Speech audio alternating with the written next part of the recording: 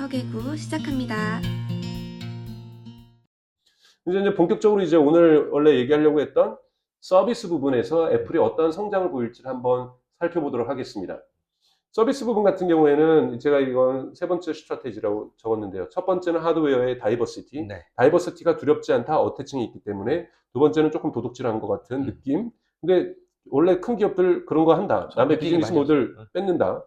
그리고 세 번째가 서비스다라는 거죠. 네. 그래서 이 서비스 부분은 대단히 강조했던 거고, 이 서비스 부분에서 예를 들자면 이런 거예요. 아이폰 14부터 여러분들 미국에서는 이런 게 나요. 그러니까 이머전시 상황에서 통신망이 안 됐을 경우에 이 위성 인터넷으로 연결해서 전화를 하게 해주는 거. 이거 돈을 받아요. 그때마다. 그러니까 통신비를 받는 거죠. 그러니까 이러한 부분을 한다. 이건 작지만 그래도 쉽게 사람들이 얘기하면 통신사 없어도 그냥 통화할 수 있는 건가요? 그렇죠. 통화할 수 있는 거예요. 근데 이머전시인데 돈을 받아요? 네. 그러니까 여기서 이머전시라는 것은 이 이머전시는 통신이 안 될 때 이머전시지 제가 다쳤거나 119 교통사고나 뭐 이런 119가 아니라 제가 급하게 통화를 해야 되는데 여기 통신이 안 잡히는데 미국은 통신이 안 잡히는 지역이 있거든요. 그러니까 그런 데서는 아예 통신사 역할을 해준다는 거죠. 그래서 이러한 이머전시 SOS도 물론 할 수 있는 거고요. 그러니까 이런 부분이 연결되어 있고. 궁금한 게 네. 궁금한 게 날라갔다. 여기 위성이 네. 애플 거예요? 아니죠. 이 위성은 테슬라 거죠. 왠지 그럴 것 같아서 여쭤봤어요. 테슬라가 아니라 스타쉽. 네. 그러니까 저기 스타쉽이 아니라 스페이스X. 네. 네. 테슬라 계열사. 네. 테슬라, 스페이스X라고 볼 수가 있는 거고요. 우리 한번 다음에 스페이스X도 한번 다뤄보죠. 네. 스페이스X도 한번 다뤄보면서. 근데 그거 테슬라 주가가 중요하잖아요. 네, 그럼요. 대단히 큰 영향을 있기 때문에 스페이스X를 아예 다음 주에 한번 다뤄볼까요? 네. 그것도 너무 좋을 것 같고요. 그 다음에 이 표현이 뭐냐면, 이게 벤 톰슨이 유명하죠. 분석가로, 대단히 IT 분석가로 유명한 벤 톰슨이 서비스 아이폰. 아이폰이 이 서비스를 만들어 나간다. 드디어 애플이 자기가 처음에 팀 쿡이 부임하면서 자기 서비스 기업 만들어 나간다 그랬을 때 믿지 않았다라는 거예요. 근데 이제는 진짜 서비스 기업으로 애플이 이 변화를 하고 있다. 성공적인 변화를 하고 있다라고 극찬한 아주 글인 겁니다. 이게 2022년에 나왔던 글인데요.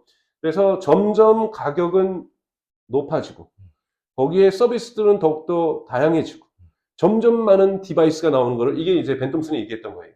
벤 톰슨이 이것이 구조가 지금 애플이 가는 길이다. 이거는 돈을 벌 수밖에 없고 매출이 증가할 수밖에 없고 프라핏 마진도 증가할 수밖에 없는 구조를 갖고 있다고 얘기를 하는 거고요.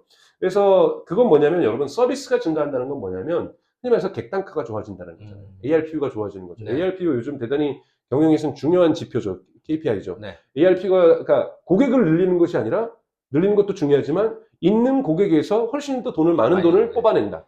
냉면집 가면 냉면만 사 먹는 게 아니라 수익도 먹고. 네. 이것이 지금 애플이 구가하고 있는 전략인 거죠. 그래서 애플이 매출을 저희가 지금 처음부터 끝까지 지금 가고 있는 게 뭐냐면 과연 애플은 1조 달러의 매출을 낼 수 있을 것인가.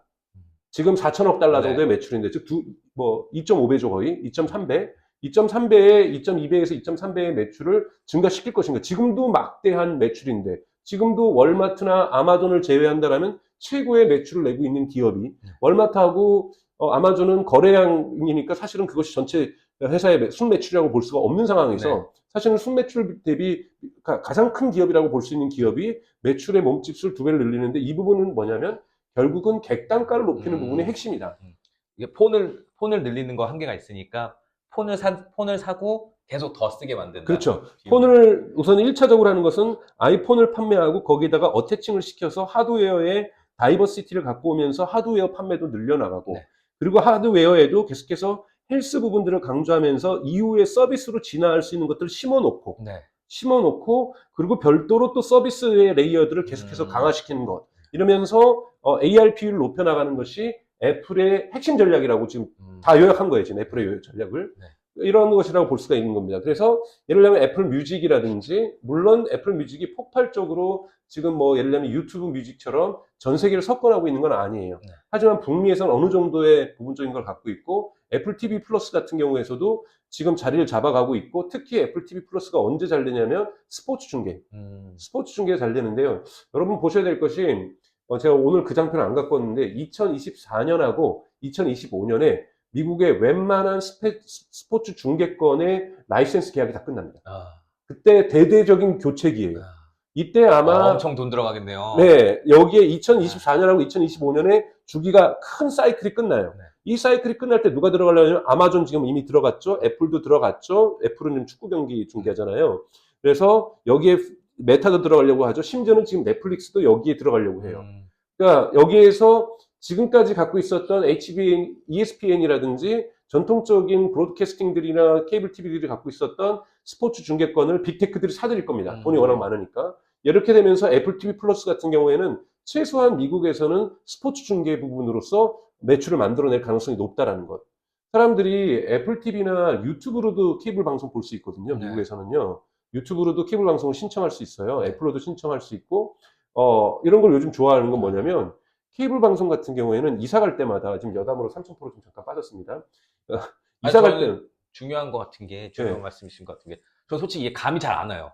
네. 왜냐면 한국에서 이거 잘 쓰시는 분을 제가 본 적이 네. 없어요. 네. 그래서. 근데 예를 들면은, 저희가 케이블 방송을 하게 되면 미국은 케이블 방송이 엄청나게 비싸죠. 네. 한국이 사실 심하게 싼 거예요. 네. 채널 하나당 뭐 10,000원, 20,000원도 쉽잖아요. 네네네. 근데 거기는 뭐 보통 돈 10만 원 기본적으로 네. ESPN 보면 나오는 거니까요. 채널 몇 개만 해도. 네, 몇 개만 하고 그리고 30만 원, 40만 원도 나옵니다. 케이블 방송이 되게 비싼 게 정당한 거고요. 싼 것이 비정상적인 거예요. 우리나라는 왜 싸냐면은 중간에 홈쇼핑이 강제로 들어가서 홈쇼핑이 나머지 그 국민들의 케이블 방송 비용을 내주고 있는 거거든요. 이런 구조를 짰기 때문에 대단히 저렴한 거죠. 그래서 우리는 홈쇼핑을 강제적으로만 봐야만 하는 채널을 넘기다 보면 이것이 사실은 비용을 싸게 해주는 거지만 원래는 케이블 방송이 비쌉니다.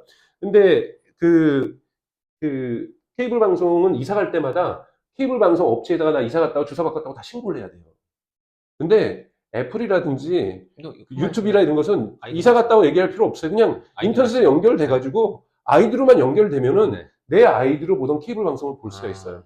여러분들 아마존도 그렇고요, 유튜브도 그렇고 애플도 그렇고 인터넷으로 케이블 방송 우리 IPTV처럼 미국에서는 이 서비스를 제공하고 있어요. 그러니까 TV만 우리처럼 OTT만 제공하는 것이 아니라 여러분들이 OTT도 보고 집에서 케이블 방송 보잖아요. 혹시 케이블 방송 보고 싶다면 미국에서는 유튜브라든지 아마존이나 애플을 통해서도 볼 수 있습니다. 그러니까 이러한 부분들을 볼 수 있고, 물론 이제 삼성전자의 뭐 패스트라든지 이건 너무 변나가는 거 그런 쪽으로도 볼 수 있고, 이런 부분들이 계속 플러스되고 있다는 거고요. 그러나 또 결정적으로 또 플러스되고 있는 부분이 우리가 잊지 말아야 될 것이 애플페이죠. 네. 한국에도 네, 상륙을 했죠. 그래서 이 월스트리트저널이 이거 되게 재밌게 쓴 건데 작년에 저도 이거 재밌게 읽었는데 잠깐만 기다려봐 그거잖아요. 언제 이렇게 사람들이 애플페이를 많이 쓰고 있는 거야? 기다려봐 잠깐만. 애플페이를 정말 많이 쓰고 있는데 여러분 보십시오 수치를. 자, 이 수치는 한국이 빠진 수치예요. 한국은 2023년부터니까요. 자, 액티베이션. 와. 그러니까 애플을 갖고 이것도 어태칭이에요. 네. 애플을 갖고 있는 사람 중에서 아이폰을 갖고 아이폰을 갖고 있는 사람들 중에서 애플페이를 쓰고 있는 사람이 2022년 기준 74%입니다. 그러니까 안 쓰는 사람이 신기한 거네요. 그렇죠. 그러니까 어마어마한 겁니다, 네. 사실은. 그러니까 즉 왜냐하면 여러분 삼성페이하고 다르게 애플페이의 장점이 뭐가 있습니까? 사람들이 돈 쓸 때마다 수수료를 받아가잖아요. 그러니까 애플에서 수수료를 받아갑니다. 네. 그러니까 거래액마다 거래액이 늘어나면 늘어날수록 이 액티베이션 한 사람들이 늘어나면 늘어날수록 애플은 돈을 앉아서 떼돈을 벌고 있는 거예요. 그러니까 이런 부분에서 액티베이션율이 74%라는 것은 어마어마한 겁니다. 여기에 한국이 빠져 있다는 거죠. 그래서 나라별로 그 다음 보게 되실 경우에는 그러니까 뭐 영국 같은 경우 63%, 그러니까 미국도 56%, 앞으로 더 성장할 비율이 있다라는 거예요. 네. 제 말씀은 캐나다도 57%, 다 50%대를 갖고 있는 거고, 뭐 이탈리아라든지 뭐 유럽이라든지 이런 비율은 좀 스위스라든지 이런 건 좀 아직 낮아요. 여기는 워낙 현금 사용률이 높은 도시들이 나라들이 온라인은 때문에. 뭔가요?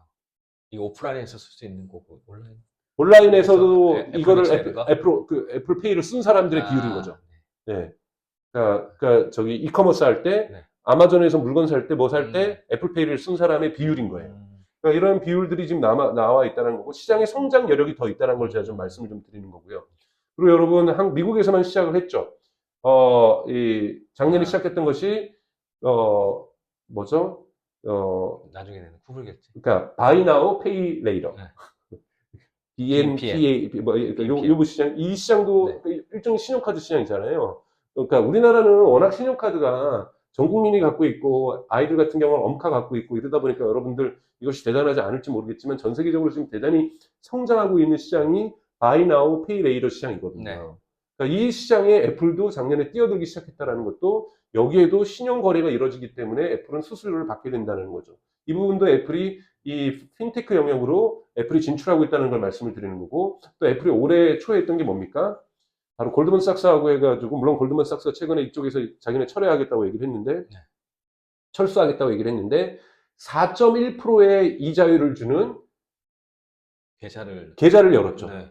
어마어마한 겁니다. 네. 그러니까 여기다가 예금을 하게 되면은 4.1%의 이자율을 주는. 애플에서 계좌를 만들고 골드만삭스랑 같이. 네네. 사실은 애플에서 계좌를 만들지만 애플은 은행권을 미국에서 안 갖고 있기 때문에 사실 골드만삭스가 그거를 대신해 주는 네. 거예요. 우리도 그런 게 있잖아요. 네이버 네. 하면 뭐 미래에셋 계좌라든지. 그렇죠. 네이버가 하면 미래대스하고 연결되어 있는 것처럼 애플하고 되면 골드만삭스가 연결되어 있는데, 골드만삭스가 사실은 지난주에 발표한 거는 이거 너무 우리한테 이익이 별로 안 남는다. 네. 그래서 이것을 아메리칸 익스프레스에게 팔겠다라고 그렇구나. 얘기는 했는데, 여하튼 애플은 충분한 플레이어, 시장을 많이 갖고 있기 때문에 은행들이 붙을 겁니다. 네.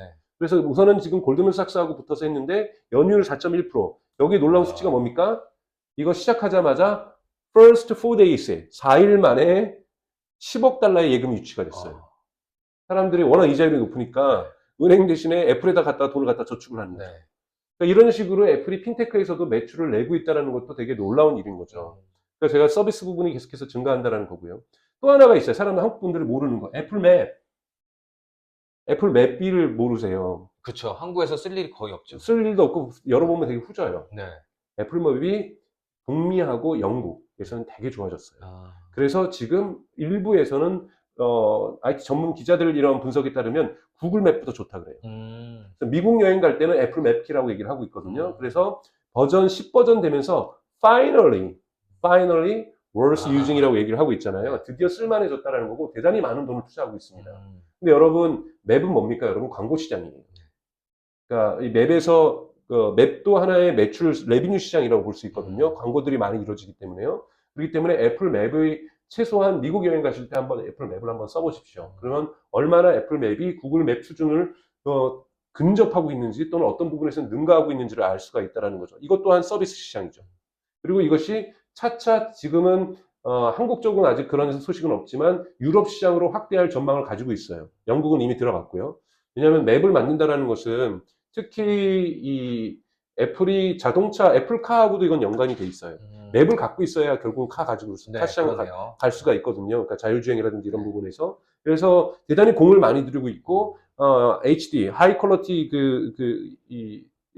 이 거리 뷰라든지 이런 것들을 지금 찍고 나가고 있다는 부분에서 애플 맵 시장도 한국에서는 우리가 볼 수 없지만 여러분들 보셔야 되는, 그러니까 변화의 시장이라고 볼 수가 있습니다.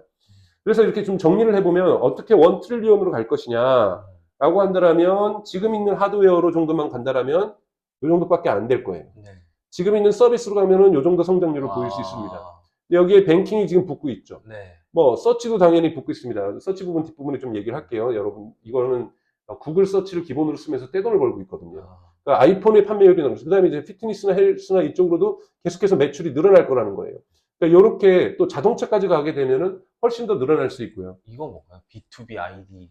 그러니까 이 애플이 이제 돈이 워낙 많으니까, 이거는 이제 스콧 갤러웨이가 프로젝션 한 거거든요. 스콧 갤러웨이가 프로젝션 한 건데, 스콧 갤러웨이에 의하면은 애플이 현금이 너무 많아서 웬만한 기업 한두 개는 살 수 있다.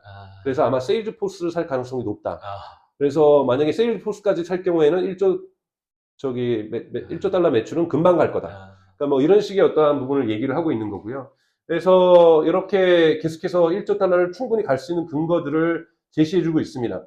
그래서 그리고 또 이제 뭐 이걸 받쳐줄 수 있는 거, 제가 오늘 얘기하지 않은 건 M1 칩이라든지 M2 칩이라든지 자체 칩을 갖다가 설계하고 있다는 거 대단히 중요한 거고, M1 칩과 M2 칩은 왜 중요하냐? 궁극적으로 이번에 비전 프로로 하면서도 M1 칩하고 R1 칩이라는 걸 사용을 했잖아요.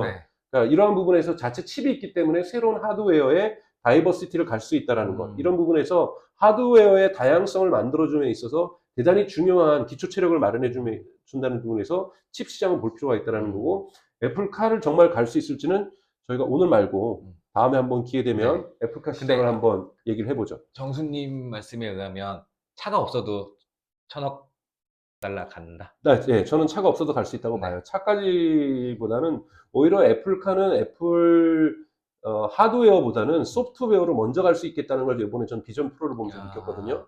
그러니까 이 운전하면서 쓸 수 있는 인터페이스를 분명히 새롭게 만들어낼 가능성이 있다라고 생각이 들어서 애플카가 어떤 인터페이스를 만들어낼 수 있는가. 그리고 또 오늘 제가 말씀 또 안 드린 거는 인공지능이에요. 사실은 요번에 비전 프로에도 인공지능이 많이 들어왔죠. 왜냐하면 이 손가락을 터치하는 걸 쫓아가는 것, 눈동자를 쫓아가는 것, 이거 다 컴퓨터 비전으로 하는 거잖아요. 네. 그러니까 카메라로 추적하는 것, 이거 다 인공지능 들어간 기술들이고요. 그리고 이제 지금 나오고 있는 거대 언어 모델에서 애플이 어떤 답변을 할 것인가. 이것도 답변을 해줘야 되거든요. 그러니까 이런 부분에서 거대 언어 모델과의 변화에 애플이 어떠한 응수를 할 것인가. 이것도 대단히 지켜봐야 될 부분이고, 이 부분들도 설계구에서 저희가 이제 한번 분석하고 다뤄야 될 부분인데요. 저는 요번에 나온 아이폰 16인가요? 아이폰 나오면? 15인가? 16인가? 여기는 뭔가 여기에 대한 답변이 좀 들어있을 거라고 봐요. 시리 같은 좀 떨어지는 조금, 지금 거대 언어 모델에 비해서 좀 능력이 한참 떨어지는 시리로 계속 갈 수가 없는 문제가 있기 때문에 이 부분과 관련돼서도 애플이 좀 답을 낼 거라고 볼 수 있고, 이 부분 좀 지켜보는 부분으로 가도록 하고요. 네, 그러면 네. 지금까지 어떻게 보면 장밋빛 전망일 수도 있고 계속 흔히 말하는 1,000억 달러를 가기 위한 조건들은 막 말씀해 주셨잖아요. 네. 이제 허들은 없을까라는 허들이 생각이 있죠, 당연하게. 어떤 뉴스가 나오면 애플에게 이거는 주가가 내려갈 수밖에 없는 뉴스일까. 네. 이게 바로 저는 문제점을 당연히 우리가 논의해야 된다고 생각이 들고요. 애플이 가지고 있는 문제점, 애플이 가지고 있는 한계, 애플이 갖게 될 유리병, 이런 부분들이 분명하게 존재하고 있고, 이런 위험성이 그냥 가능성이 낮은 게 아니라 가능성이 높습니다. 위험해질 가능성이 높은데요. 그래서 이 가능성이 높다는 얘기는 매우 유의해야 된다는 말씀. 그렇죠. 매우 위에 바로 중국입니다. 파이낸셜 타임즈가 올해 1월에 분석했던 건 애플의 운명이 결국은 중국의 운명에 연결되어 있다. 그러니까 연결되어 있다는 것을 분석을 하고 있고요. 그 다음에 이제 심지어는 올해 3월에는 뭐라고 파이낸셜 타임즈는 Apple is a Chinese company라고 얘기했어요. 중국 기업이다. 그만큼 미중 갈등이 강화되면 애플은 망한다는 거예요. 이건 일론 머스크도 얘기를 했어요. 우리도 미중 갈등이 심화되면 힘들어지지만 우리보다 더 심각해지는 기업이 있다. 바로 저게 애플이야 라고 얘기를 했거든요. 이건 일론 머스크도 얘기를 했던 부분이에요. 오직했으면 파이낸셜 타임즈에서 애플 is a Chinese company라고 얘기를 했겠습니까? 그 이유를 보시면 우선은 스마트폰 시장에서 아이폰이 많이 팔리고 있는데 아이폰이 이 중국에서의 시장 점유율을 보여주고 있어요. 그러니까 보시면 이게 밑에 있는 것이 맨 위에 있는 것이 아이폰입니다. 아이폰이 22%, 18%, 13% 분기별로 보면 약 꾸준하게 22%, 20%이 정도를 가지고 있잖아요. 20% 정도로. 네네. 그러니까 중국 시장에서 비율이 되게 높아요. 여기에 비극적인 게 뭐가 있습니까? 삼성 갤럭시가 사라진 거죠. 그러니까 삼성의 갤럭시가 전 세계적으로 지금 애플에게 뒤지기 시작한 이유는 중국 시장에서 사실은 삼성의 갤럭시가 사라지면서부터 이 문제가 발생하고 있는 거거든요. 근데 중국 시장에서 나름대로 시장 점유율이 어느 정도 차지해주니까 중국 시장이 만약에 닫혀버리면, 그러니까 반미 정서가 일으켜진다든지 이렇게 되면은 애플이 아이폰을 못 팔게 될 경우에는 아이폰 전체 매출에서 되게 심각한 타격을 받을 수밖에 없다라는 부분을 말씀을 드리고 싶고요. 두 번째는 생산입니다. 지금 여러분들 그런 뉴스들 많이 나오잖아요. 인도로 뺀다, 인도네시아로 뺀다, 필리핀으로 베트남으로 뺀다. 빼도 그렇게 쉽게 한꺼번에 철수를 못 합니다. 왜냐하면 애플의 기계, 아이폰이라든지 에어팟이라든지 아이패드라든지 맥북 대부분이 거기서 조립을 하고 있는데 여기에 나타나는 부품 업체들까지도 다 중국에 있는 거잖아요. 이 부품 업체가 되게 정교하다라는 거예요. 정교한 제품들을 만들고 있는데 이러한 제품을 만들 수 있는 능력 있는 이 서플라이어를 인도네시아라든지 베트남이라든지 인도에서는 쉽게 찾을 수가 없다라는 거예요. 아까 말씀드렸지만 공급망도 노하우가 필요하다고 했는데 그게 쉽게 넘어갈 수가 없는 거네요. 그렇죠. 보십시오. 여기 보십시오. 이 진한 빨간색이 중국에서 만들어지고 있는 거예요. 그러니까 지금 점점 애플이 빼고 있긴 해요.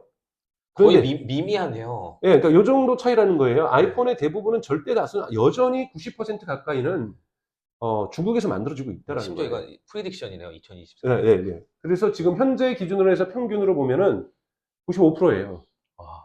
그러니까 평균 아이폰, 아이패드, 맥, 에어팟 다 합치면 전체 중국에서 제조되는 것이 애플 제품의 하드웨어 95%가 중국에서 제조되고 문 있습니다. 닫아면 못 만드네요. 그렇죠. 하네요. 오늘 거래 끊어 그러면 중국 거 만약에 극심한 미중 갈등이 일어나서 애플 거 만들어 주지 마라고 중국 정부가 결정하면은 애플 무너지는 겁니다. 네. 애플의 주가는 제가 보기에는 종이 될 거예요. 그러니까 이런 것이 일어나는 것, 미중 갈등이 심각해지는 것, 이 부분은 대단히 큰 리스크죠. 근데 이제 여러분들 미중 갈등은 대단히 심각해지고 있잖아요. 네. 그래서 그런 부분에서 미중 갈등과 관련된 부분이 만약에 월가의 전문가들이 또는 이러한 그 기관 투자자들이 심각한 수준으로 등급을 바꿔버리면 애플의 주가는 하락할 수밖에 없습니다. 그래서 애플의 주가 주식을 갖고 계신 분들은 미중 갈등 주식들을 계속 보셔야 된다는 거고, 여러분들의 경제적 관점에서 보실 때는 미중 갈등은 그렇게 좋은 게 아닙니다. 네, 그래서 이 부분을 보셔야 된다는 거고, 그래서 뭐라고 했냐면 팀쿡 같은 경우가 사실은 그래서 중국을 일종의 뭐 좋게 얘기해서 나쁘게 표현하면 빨아준 거죠. 뭐라고 얘기를 했냐면 그러니까 애플의 운명은 그러니까 이 동맹 관계라는 거죠. 중국과 심비오시티 이 동맹 관계에 있다라고 분명하게 팀쿡 스스로가 얘기를 하고 있고 우리는 중국하고 같이 가겠다라고 하는 것을 그러면서 몰래 조금씩 베트남이나 인도네시아나 인도로 빼고 있는 거예요. 애플 입장에서는 그냥 중국 기업 되는 게 더 마음 편할 수도 있겠네요. 근데 그렇다고 보니까 너무 리스크가 크니까, 지정학적인 리스크가 크니까 조금씩은 뺄 수 있어도 지금 훅 못 뺀다는 거예요. 지금 아까 전에 말씀하셨던 것처럼 이게 프로젝션이잖아요. 네. 지금 이렇게 시커멓게 검은색이 많은 게 아니에요. 2024년 정도 되면 이렇게 될 거라는 거예요. 지금 사실은 이 기준에 있는 거잖아요. 이 기준에 있기 때문에 사실 되게 위험한 겁니다. 중국을 함부로 건드렸다간 애플 주식 다 무너지는 겁니다. 그러니까 중국하고 미중 갈등하고 심각해지면 엔비디아도 그래서 지금 난리가 났잖아요. 네. A100 수출 못하게 한다니까 다른 반도체 만들어서 이거 A100 아니야 그러면서 수출하려다가 지금 미국 상무부에서 그것도 A100이잖아 라고 지금 얘기 나오는 거거든요. 엔비디아도 위험해지는 거고요. 가장 위험해지는 건 애플, 두 번째 위험해지는 건 테슬라, 세 번째 엔비디아. 이런 기업들이 주가가 사실은 미중 갈등이 첨예해질수록 나빠질 수 있다는 건 여러분들 명심하셔야 됩니다. 그 다음에 이제 두 번째는 너무 많이 팔려서는 안 돼요. 독점 때문에. 그렇죠. 애플이 지금 작년에 처음으로 미국 시장에서 아이폰이 50% 시장 점유율을 가져왔어요. 50% 시장을 가져왔다는 거고, 특히 이게 문제가 뭐냐면 10대들이에요. 10대들 같은 경우에는 왓츠앱이라든지 메신저 서비스를 잘 안 쓰고 iMessage를 쓰는 거예요. iMessage도 그룹 iMessage가 되잖아요. 네. iMessage를 못 쓰면 일종의 그 그룹에서 소외감을 느끼는 거죠. 왕따 당하는 거죠. 그러다 보니까 어쩔 수 없이 아이폰을 사게 되는. 그래서 iMessage를 못 쓰는, 즉 아이폰을 못 쓰면 친구들과의 대화에서 소외가 되는 이런 경향성들이 지금 미국 10대들의 사회적 문제로 지금 나타나고 있을 정도거든요. 그러다 보니까 이 아이폰에 대한 수요도 좋지만 이러한 네트워크 이펙트에 따라서 대단히 그 아이폰이 많이 팔리고 있어요. 50% 이거 보십시오. 이게 지금 주가 비용 올라가는 거. 정확하게 2022년 8월에 50%를 달성하거든요. 자, 50%를 달성하니까 어떤 일이 일어났습니까, 여러분?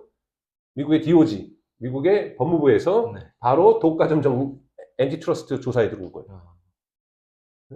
이러면 이거는 애플한테 안 좋은 얘기입니다. 그러니까 그래서 비율을 50% 미만으로 낮춰야 되는데 물건은 팔리는 거니까 근데 저는 낮추기가 쉽지가 않죠. 궁금한 게 자율 경쟁 시장에서 어떠한 독점력을 행사하지 않고 50%를 잃어도 이제 문제라고 보는 거예요. 그렇죠.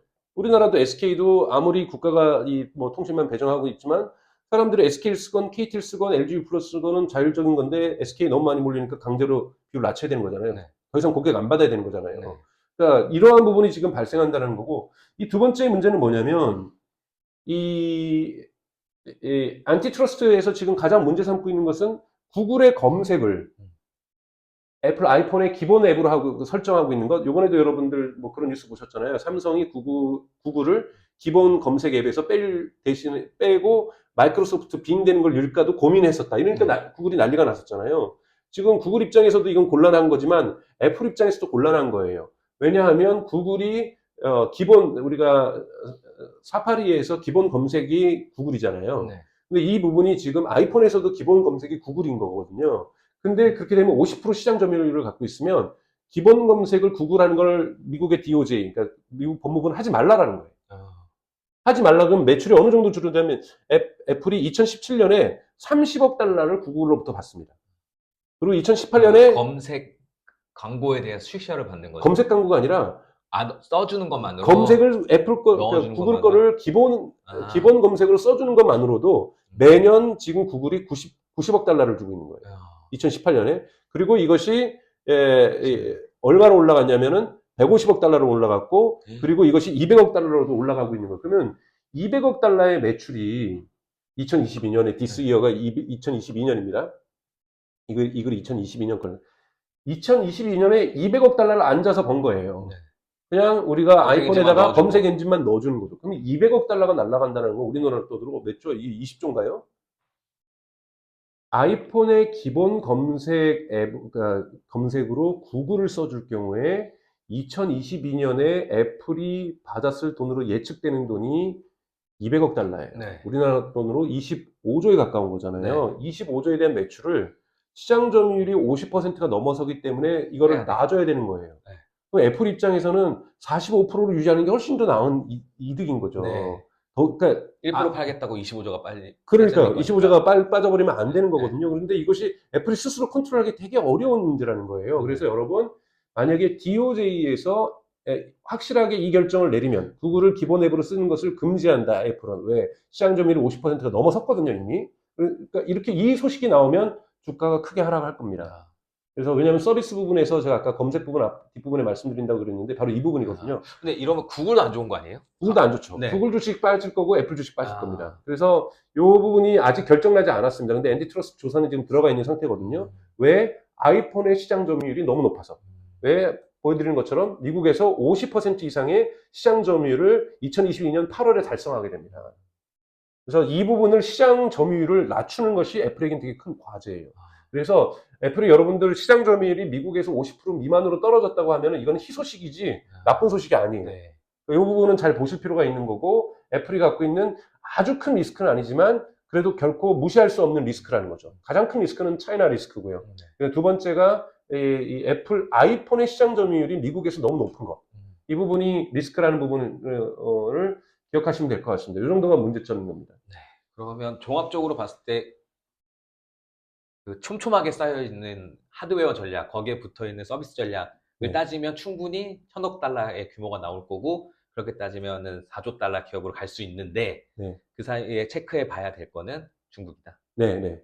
이렇게 저희가 정리를 할 수 있죠. 정말 정리 잘 해주셨네요. 고맙습니다. 네. 그래서 말씀하셨던 것처럼 애플은 매출 1000억 달러, 그래서 기업 평가 4조 달러로 충분히 갈 가능성이 있다. 그 두 개의 핵심 전략은 뭐냐? 하드웨어 다이버시티다. 하드웨어 다이버시티를 해도 되는 이유는 뭐냐? 어태칭이라는 마술과 같은 매력이 있기 때문에, 즉 아이폰을 사면은 애플 워치를 살 수 있는 가능성이 높은 것, 이런 어태칭 능력이 뛰어나다는 거고, 그리고 서비스에서에도 일종의 다양성들을 구가하면서 다양한 서비스 레이어를 높이고 있다는 것들, 여기에는 이미 하드웨어에서 예고하고 있는 헬스 기능도 포함될 수 있고, 지금 있는 애플 뮤직이라든지 애플 TV뿐만이 아니라 여기에 지금 붙고 있는 애플의 페이, 애플의 핀테크들, 이 부분이 대단히 강력하다는 거고, 또 하나는 애플이 광고 시장에서 지금 떼돈을 벌기 시작하고 있다는 거고, 이런 부분들이 위협을 받는 것의 가장 큰 위협은 중국 위협이다. 왜? 지금 애플의 모든 제품의 하드웨어에, 이 떼돈을 벌고 있는 하드웨어의 95%가 중국에서 생산되고 있기 때문입니다. 그래서 미중 갈등의 뉴스는 여러분들 계속해서 팔로우 하셔야 된다는 겁니다. 네. 저희가 또 다음 주에는 스타쉽 할까요? 아니야, 스페이스 X. 제가 말을 너무 많이 해서 이렇게 말이 꼬여요. 스페이스 X로 찾아뵙든지 아니면 또 다른 주제를 저희가 같이 고민해서 주제로 찾아뵙도록 하겠습니다. 네, 제가 하나 주변에서 피드백 받은 게 네. 이렇게 공부 많이 하면 네. 돈을 벌 수 있냐 이런 말 되게 많이 해요. 주변에서. 그냥 지르면 되는 거 아니냐. 네. 너가 확신을 줘라. 근데 제가 네. 그때마다 하는 얘기가, 제가 막 도미노 같은 거 보면 네. 조그맣게 이렇게 1mm짜리가 네. 정확히 5씩 늘려 나가는 걸 세워두면 정확히 엎어지거든요. 네. 근데 이게 5씩 곱하는 게 29번 반복되면 요 1mm만한 조각 하나가 네. 엠파이어 스테이트 빌딩을 무너뜨려요. 네. 제가 그런 얘기 많이 하거든요. 그렇게 내공을 쌓아가라고. 네. 네, 제가 뭐 감히 시청자분들한테 그러는 건 아니지만 네. 충분히 도움이 됩니다. 그러니까 내공이 쌓여 있어야지 확신이 생기거든요. 네, 우리 서계구가 저는 좋은 점은 같이 공부하는 거라고 저는 생각이 들어요. 여러분들 질문 같은 경우도 많이 남겨주시면 그거 참조해서, 저희가 애플을 한 번만 할 것도 아니고 테슬라 한 번만 할 것도 아니니까 여러분 질문 남겨준 거 더 열심히 공부해서 같이 찾아서 같이 말씀을 드리겠습니다. 애플만이 아니라 관심 있는 기업 알려주시면 네. 저희도 공부하는 것도 좋아하니까 네, 그래서 네. 같이 의견 나눴으면 좋겠습니다. 네, 네, 애플에 대해서 말씀 나눠봤습니다. 네, 다음에 뵙겠습니다. 네. 고맙습니다. 다음 영상에서 계속됩니다.